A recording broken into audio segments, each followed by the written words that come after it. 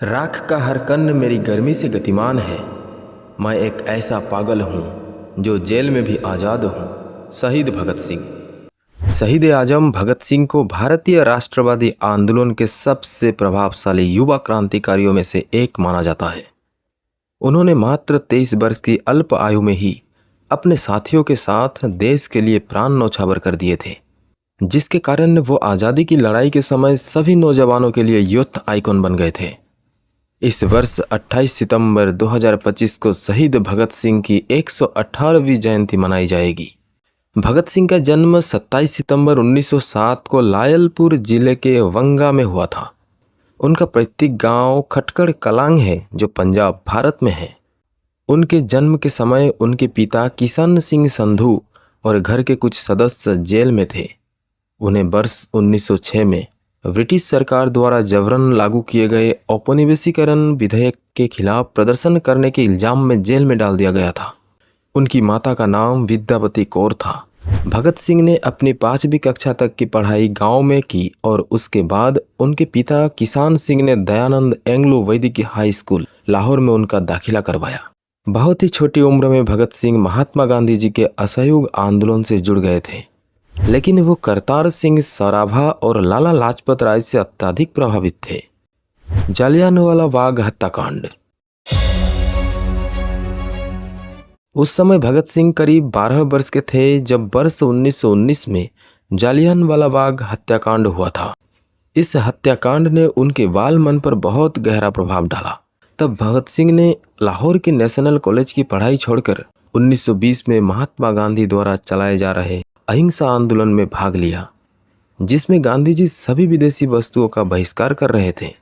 लेकिन जब वर्ष 1921 में चोरी चौरा में हुई हिंसात्मक गतिविधि के कारण गांधी जी ने असहयोग आंदोलन बंद किया और किसानों का साथ नहीं दिया, तब इस बात का उन पर बहुत गहरा असर पड़ा और इस घटना के बाद वे चंद्रशेखर आजाद के नेतृत्व वाले गदर दल का हिस्सा बन गए।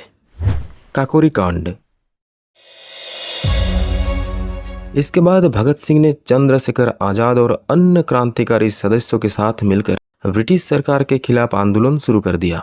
भारतीय स्वतंत्रता संग्राम के पन्नों में दर्ज वो दिन जब 9 अगस्त 1925 को शाहजहांपुर से लखनऊ के लिए चली पैसेंजर ट्रेन, जिसे रास्ते में पड़ने वाली छोटी सी स्टेशन काकोरी में रोककर ब्रिटिश सरकार का सारा खजाना लूट लिया गया।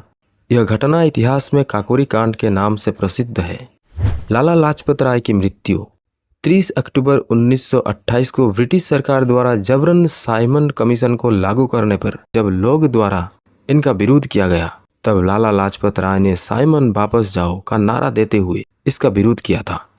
लेकिन इस विरोध के चलते वहां ब्रिटिश सरकार द्वारा लाठीचार्ज कर दिया गया, जिसमें लाला जी बुरी तरह घायल हुए और फिर उनकी मृत्यु हो गई। लाला जी की मृत्यु से आघात भगत सिंह व उनके पार्टी ने ब्रिटिश सरकार से प्रतिशोध लेने की ठानी और लाला जी की मृत्यु के लिए जिम्मेदार ऑफिसर जेपी सैंडर्स को मारने का प्लान बनाया। लेकिन भूलवश भगत सिंह और राजगुरु ने असिस्टेंट पुलिस सौंदर्स को मार दिया। अपने आप को बचाने के लिए भगत सिंह तुरंत लाहौर से भाग निकले, लेकिन ब्रिटिश सरकार ने उनको ढूंढने के लिए चारों तरफ जाल बिछा दिया। भगत सिंह और उनके दोनों साथियों को फांसी। भगत सिंह, चंद्रशेखर आजाद, राजगुरु और सुखदेव ने जब ब्रिटिश सरकार के खिलाफ कुछ बड़ा धमाका करने की सोची, तब वर्ष 1929 को भगत सिंह ने अपने साथी बटुकेश्वर दत्त के साथ मिलकर आलीपुर रोड स्थित ब्रिटिश सरकार की असेंबली हॉल में बम फेंक दिया। इसके साथ ही उन्होंने इनकलाब जिंदाबाद के नारे लगाए और पर्चे बांटे, लेकिन वो कहीं भागे नहीं बल्कि खुद ही गिरफ्तार हो गए। इसके बाद भगत सिंह, शिवराम, राजगुरु और सुखदेव पर मुकदमा चलाया गया, जिसके बाद उन्हें फांसी की सजा सुनाई गई। जेल में रहते हुए भी भगत सिंह ने कैदियों पर हो रहे जुल्मों के खिलाफ बहुत से आंदोलन किए। इसके साथ ही उन्होंने जेल में ही अपनी किताब मैं नास्तिक क्यों हूँ लिखी थी। इसके कुछ समय बाद ही भगत सिंह, शिवराम, राजगुरु और सुखदेव को 23 व 26 की मध्यरात्रि में ही फांसी दे दी और जन समूहों के विरोध प्रदर्शन के डर से ब्रिटिश सरकार ने सभी का अंतिम संस्कार भी कर दिया। शहीद भगत सिंह और उनके साथियों के बलिदान को आज भी याद किया जाता है। हर साल उनकी मृत्यु तिथि को शहीद दिवस के रूप में मनाया जाता है और इस दिन उन्हें देश के सभी जनों द्वारा श्रद्धांजलि दी जाती है। भगत सिंह के क्रांतिकारी विचार थे। व्यक्तियों को कुचलकर वे विचारों को नहीं मार सकते। महान साम्राज्य ध्वंस हो जाते हैं पर विचार जिंदा रहते हैं। शहीद ए आजम भगत सिंह।